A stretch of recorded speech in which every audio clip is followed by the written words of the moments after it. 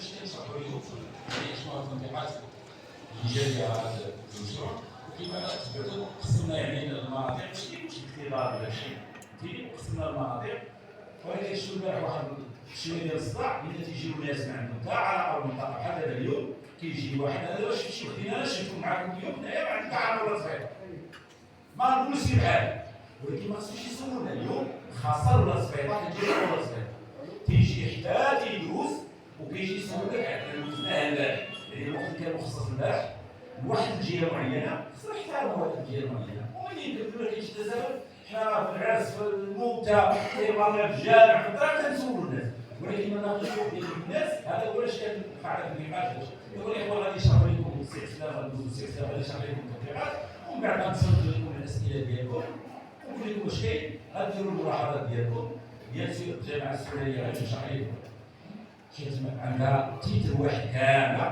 المفروض يديروا النواب وكنديروا حنا كجماعه ولكن ان شاء الله ما تيمنعش شي واحد يقول راه يدير الملاحظات ديالو ما نمنعوش غير هو الملاحظات كتمشي تناقش في الوزاره ملي كتناقش في الوزاره تسمعوا عليها ملي كتناقش في الوزاره خاصها يكون عندها الاحداثيات حتى كنقول بالموضوع حيت دابا شي كاع كل واحد كتب بهذا الملف وحطيتي الملاحظه من غادي تناقش فيه ما كتبانش حيت تيشدوا داك التسمين كيديروه في داك البلان كيبان انا هذا هو السويطه مثلا من السكان الشرق الا جا واحد دار لي واحد القطاع وعاحط لك حاط الملاحظه ديالو باش غيمكنها تدرس ما غتعرفش خاص يدير واحد التسمين مثلا ويبين لك الاحداثيات اللي كنقولوا بحال الحساب باش يمكن تعرف حنا راه يقولناهاش هي تجيب غير هكا الاستفاده ديال الحقائق هذا هو الشيء كله يعني الجامعه السوريه ماشي على صغيره كلهم راه هي شيء كيدير هذا الميل كنديروها حنا كمجلس وراسنا درنا الملاحظه اللي دارها المشروع اللي داز مثلا الكره كامله يعني من العيله حتى الحنشه درناها شباب وطلبناها من منطقه فلاحيه وهذه ثلاث لو كان تفضل شكرا سيدي الرئيس شكرا سيدي الحضور معنا اليوم الاخير سلسله اللقاءات التواصليه يكون هذه اللقاءات هذه كنقول لنا واحد الجهد كثير حنا اليوم في اخر اللقاء حول الاصدقاء وجوج حوايج الحمد لله بالنسبه لهذه 10 ايام هذه واحد الجهد كبير الحمد لله بس يعني درنا واحد الجهد اللي ما كاينش عندنا في القانون ولكن التواصل ديالنا مع الساكنه بغينا الناس تفهموا دونك قدر ما حنا يعني تنقولوا حنا ارتحينا هو النهار الاخير غادي الجهد غادي يستدير قادر حنا تنقولوا بان الحمد لله في هذه 10 ايام هذه درنا الجهد ان شاء الله باذن الله واحد التواصل ونتمنوا نكونوا فهمنا الناس باش هما هادشي تيديروا علاش باش يقول يتدرب في شي سجل يعرف يقول ملاحظه هذا المشكل الحاجه الاولى الحاجه الثانيه هو الله يجزيكم بخير دابا نجي السي رئيس التعليم الجامعه غادي رئيس التعليم الجامعه غادي يقول لكم النظام وغادي يقول لكم واحد التطبيقات اللي كاينين هاد الاسئله اللي كتطرحوا علينا بغيت لكم واحد الحاجه نوجهوا حنا ما تقولناش علاش درت هذه او علاش درت هذه سولونا اش تعني هذه وشنو المسطره اللي خصنا نديرو هذه المساله هذه حنا بالنسبه حنا شدينا بحال الحل علاش باش درتو هذه وعلاش درتو هذه لا السؤال تيكون لنا شنو تعني هذه شنو هذا كاين في هادشي شنو المسطره اللي خصو نديرو هادشي شكرا السلام عليكم. بالنسبه لمنطقه دولة السويطه احنا اصلا قسمنا جوج ديال الاشطور وهي كاين ديال السكه كالقنيطره وعندنا السكه الغابه. غادي نبداو على مستوى طريق القنيطره. هذا اللي كيبان لكم بالزرق هو منطقه ديال لي شولو هما اللي ما كيعرفوش وبحال اللي كتجي على طريق القنيطره على مستوى الجماعه ديال سلا كاين دوك لي ميزون ديال الطوموبيلات كاين بحال هكا هو الخط اللي غادي يجي على حيت هو الدخله ديال السلا على من جهه القنيطره بغاو يعطيو واحد رونق هكا في كيبان على مستوى طريق القنيطره. موراها مباشره هذه اللي دايره بالاحمر هذه مسمينها منطقه ال اس كما معروفه في التعريف اللي كاين في الريبون واللي تابع تصميم التهيئه هذا اللي معروف بالضبط كيقول لي منطقه تحتيه استراتيجي كيفيه استغلال هذا الارض عن طريق البناء او عن طريق التهيئه تحددها لجنه يترأسها السيد الولي والسيد العام. هذا هو التعريف اللي كاين على مستوى الريبون ديال هذا تصميم التهيئه. هاد ال بي اللي كتبان لنا وسط اس، هاد البريفه هادي ديك الغويبه اللي كاينه تما غنبقاو يحافظوا عليها في اطار ما يسمى بالغابات الحضاريه، تبقى هكاك حتى هي مشجره. هذا النقطه. كان الغابه مقسمه لثلاثه المناطق في الحدود مع الحنشه اربع طوابق، ولكن مع تخصيص 50% من الارض ما هو التجهيزات العموميه. كنجيو لهذه المنطقه اللي بالموف اللي فيها زد بي ار. زد بي ار غتكون بحال الحنشه، هي منطقه ديال الايواء وديال اعاده الايواء، هذا هو التعريف ديالها اللي كاين في الريغلومون ديال البنوك. ثم كنجيو للمنطقه اللي مبدا دايره بالخضر، هي اللي احتكت فيها الحدود مع سيد طيبي، هي منطقه ار 2 اللي كتعني انها هي منطقه فلاحيه ولكن ما مسموحش فيها البناء للفلاحين او المساكنين باش يبنيو المنازل ديالهم. وشكرا. شكرا سيدنا الاخوان. هذه المنطقه الدوليه ولا الصغيره هذا كنطلبوها منطقه فلاحيه لان هادشي اللي يعطي، هذا هو الطلب اللي كنديروه حنا كمجلس. كتبتوا لنا الملاحظات تبارك الله، بانت لشي واحد شي ملاحظه اخرى حنا ما علينا الا نسجلوا الملاحظات ديالو. تفضلوا غير.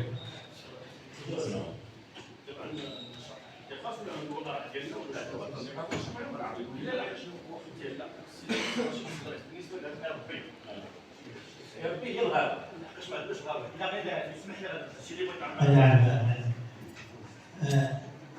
غير ربما كنمشيو مع الحدود اللي كاينه ديال الجماعه، حدود الجماعه داخل واحد لابارتي تما في الغابه. لا الار بي اللي سي طيبي وهذه اللي عامه.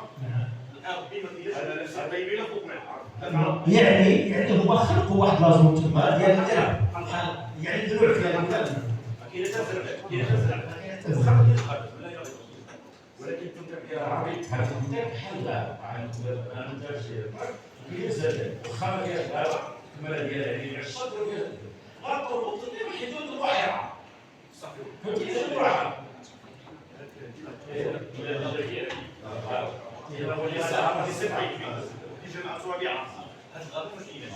هذه الغابه اللي ما بيسموش راه كاينه كاين ولكن هذه ما كاينش.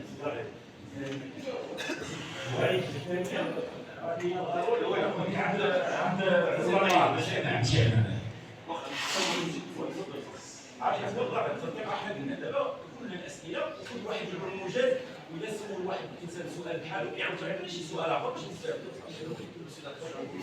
تعريفيه ضروريه خاص تكون، ولكن يجب المراعاه ديال الساكنه اولا وقبل كل شيء. حنا باغي خصنا الضروريات وليس الجماليات ولا الكماليات. غنبدا بالنسبه للبلاصه من السكه للغابه، كاين الار وكاين سي بي ار والار. حنا هذا الراي ماشي ديالي، هذا الراي ديال الساكنه تقريبا يا اما بالاجماع يا اما بالكل. سيد الرئيس اللي تنطلبكم ان شاء الله باش تدافعوا عليها.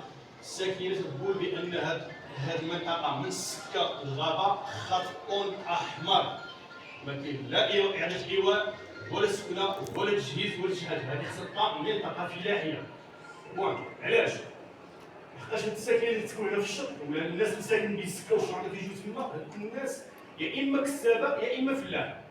نديرو زاد بقى تما يعني بدون مبالغه، يعني غادي نشردوا ولا تسبيطه بصفه نهائيه، غنشردوا النص وغنخليو النص. اذا السيد الرئيس الله يرحم الوالدين الا كان ممكن بمعيه التليفون اختار ولا بمعيه الاعضاء ديالنا يعني دافعوا كل ما في وسعكم على هذه المنطقه زد بي ار باش تبقى منطقه فلاحيه باش تبقى كامله من الحنشه للسي الطيبي تبقى منطقه فلاحيه. ونطلبوا من السيد الرئيس يدافع عليها هنا في اللجنه المركزيه. المنطقه ديال السكه الطريق الوطنيه اللي فيها ار اس، حنا وخنا غنسبقوا الاحداث. يا ار اس يا ريزيرف ديال السي رشيد.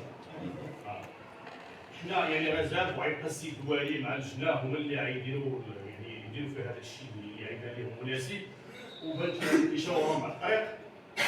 الناس ماذا تيقولوا يعني الاغلبيه على حسب ما تيجيو وصلوا لنا حنا كهيئه نيابيه وطوميجمون الرئيس وطوميجمون الاعضاء تيقولوا بان ولا سبيطه بغات تبقى تما تكون اعاده الهيكله ديال الجماعه السوريه ولا سبيطه.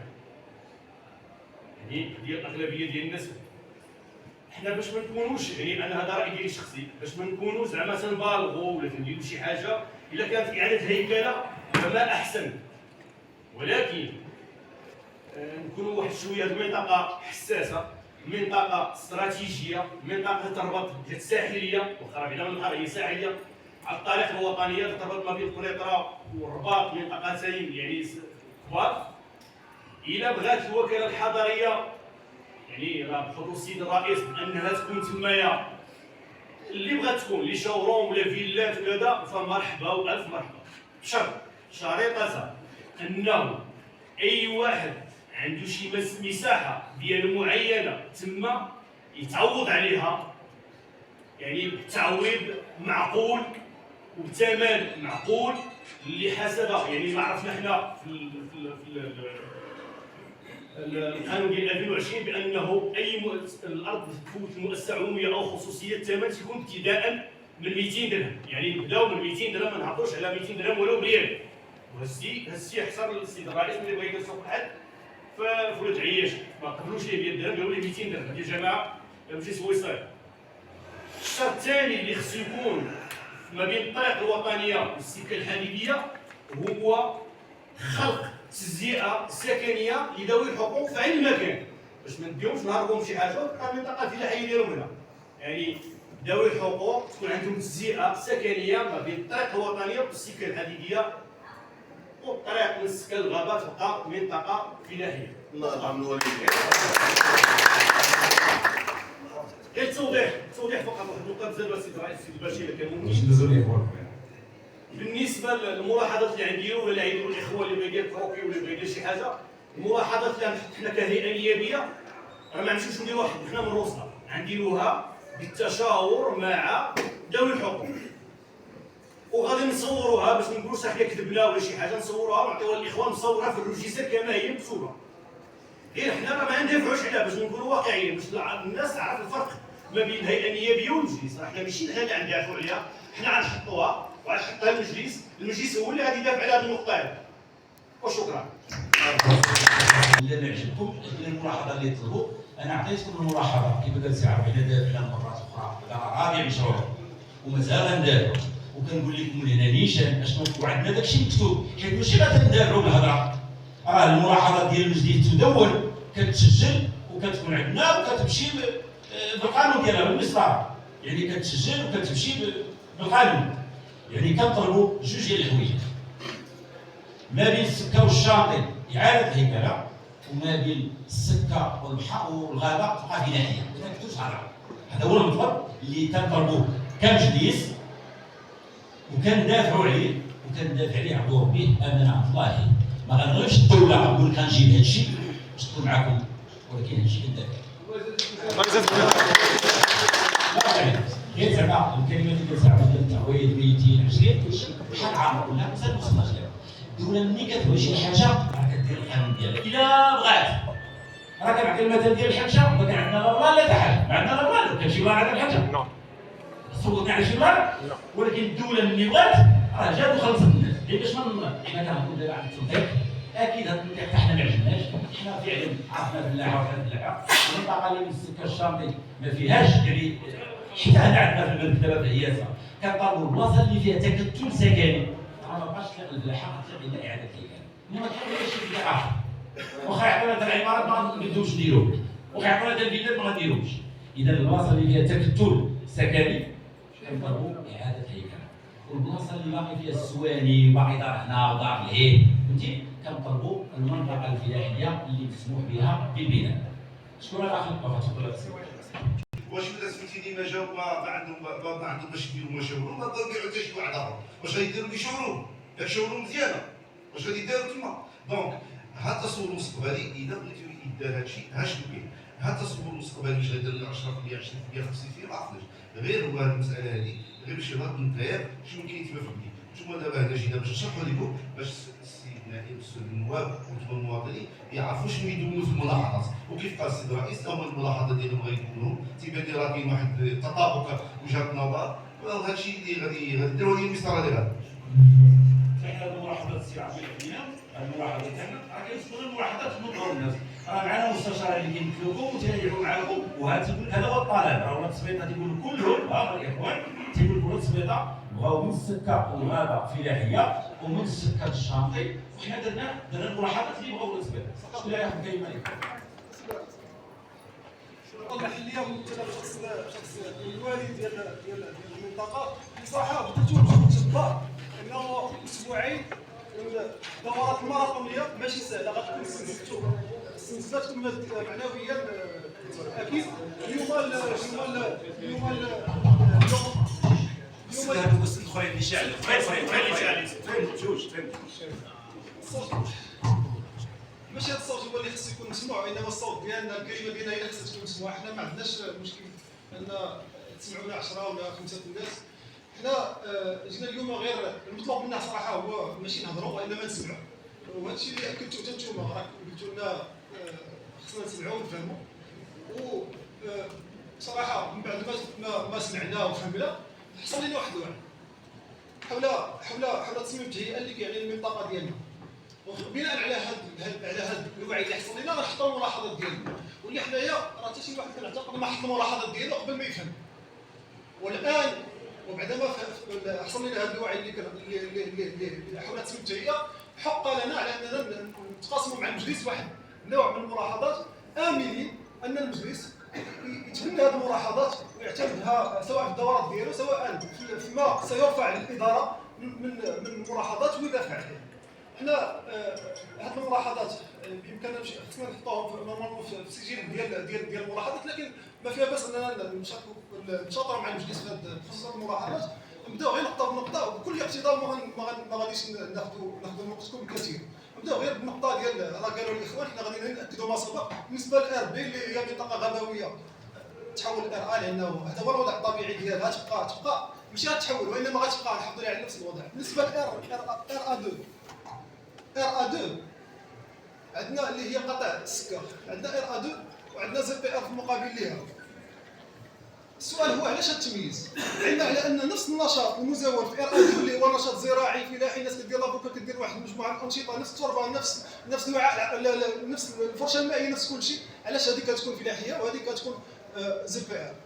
المطلب ديالنا هو تكون كامله ار ا2. الى سالينا مع المنطقه اللي هي ما جات ما بين السكه وشط الغابه، عندنا المنطقه اللي هي فيها بعض اهله السكان اللي هي المنطقه ما بين السكه وما بين الطريق الوطنيه. كنلقاو على انه التصميم حمل هذه المنطقه على انها تكون ار اس اللي هي ابغيفياسيون ديال ريزيرف استراتيجي.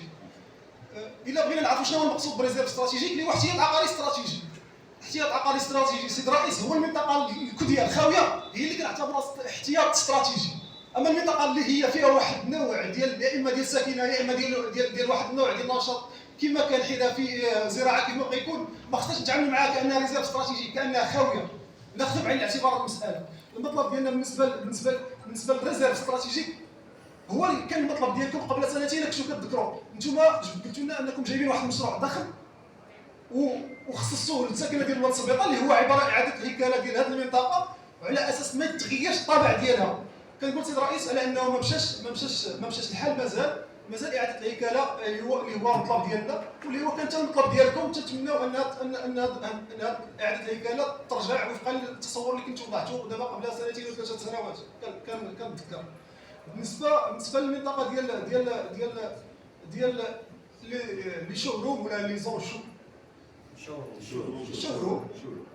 هذه منطقه الشوروم هي جات في واحد البلاصه اللي كتعرف مجموعه من الانشطه سوسيو اقتصاديه. كاين ناس عندها شركات، كاين ناس مشغله معها اجراء.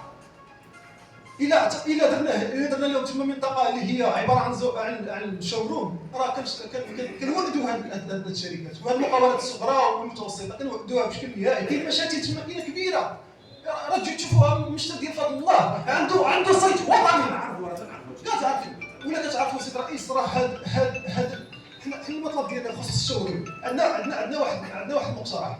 شوروم تحول لزد ا وفقا للتنطيقات اللي شرح لنا سي عبد الله المهندس ديال الجامعه مشكور. زد ا كتعني هي منطقه حرفيه مخصصه للانشطه الحرفيه والتجاريه ورشاد مجموعه من المهن التي يمكن احتضان مناطق خاصه للمقاولات الصناعيه والصغرى والمتوسطه. الا حولتوها من شغل من زد ما تبدلوا والو، غتخليوها هكاك. علاش؟ لان هذا النوع ديال الانشطه الحرفيه والاقتصاديه والمقاولات الصغرى والمتوسطه كاين حاليا. اذا الشغل المطلب ديالنا هو تحول لزد ما غاديش نطولوا بزاف في هذا المقطع. لا عندنا غير في عجاله. عندنا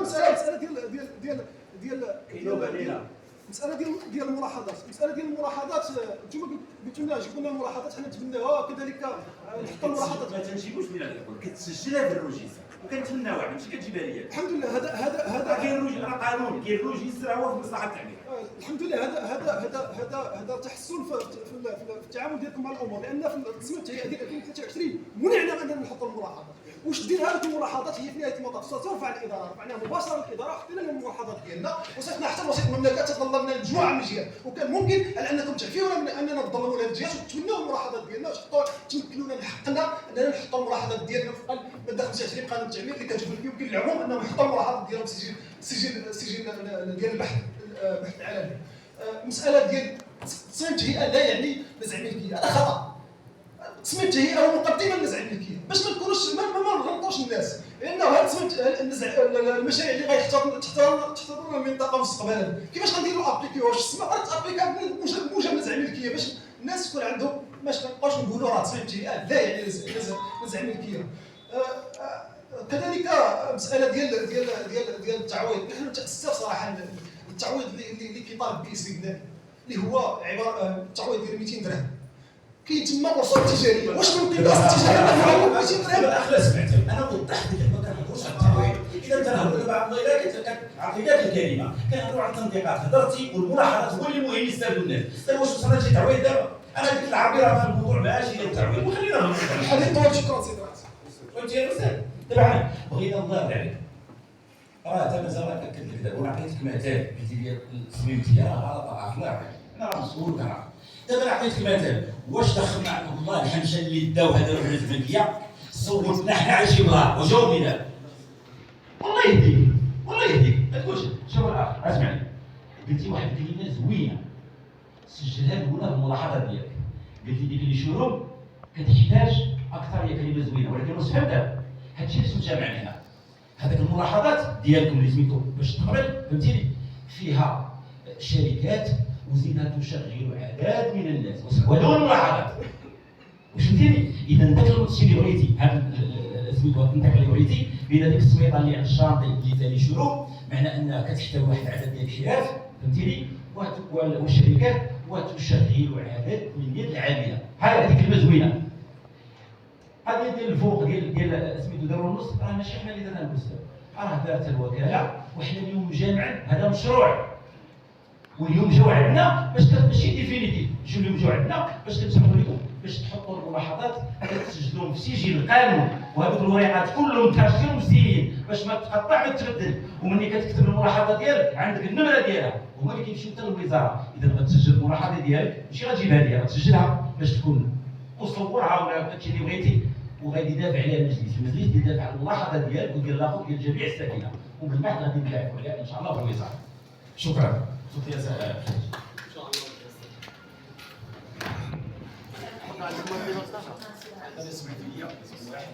لا لا